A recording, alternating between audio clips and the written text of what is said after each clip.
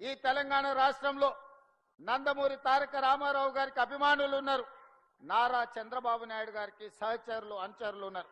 వాళ్ళందరికీ నా విజ్ఞప్తి ఒక్కటే, ఈ తెలంగాణ రాష్ట్రంలో తెలుగుదేశం ఉండొద్దని కక్ష గట్టి ఆ పార్టీ నాయకత్వాన్ని దెబ్బతీసిన చంద్రశేఖరరావును బీఆర్ఎస్ ను సమూలంగా 100 మీటర్ల గోతి తీసి పాతి పెట్టినప్పుడే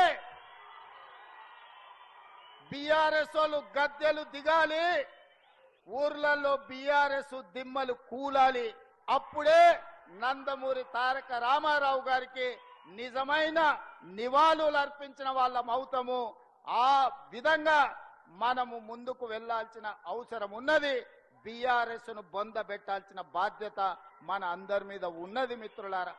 అదే రేవంత్ రెడ్డి గారు నిన్న మాట్లాడిన వ్యాఖ్యలు చాలా తీవ్రంగా మేము ఖండిస్తా ఉన్నాం.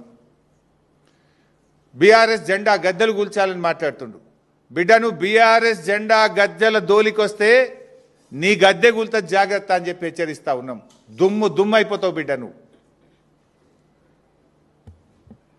అయినా బీఆర్ఎస్ పార్టీ నువ్వు కూలిస్తే బీఆర్ఎస్ పార్టీ ఏదో జెండా గద్దెల్లో లేదు, ప్రజల గుండెల్లో ఉన్నది బీఆర్ఎస్ పార్టీ.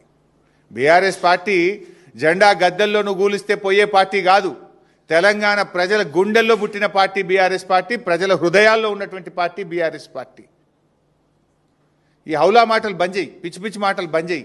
6 గ్యారంటీల మీద దృష్టి పెట్టు. నిన్న కేబినెట్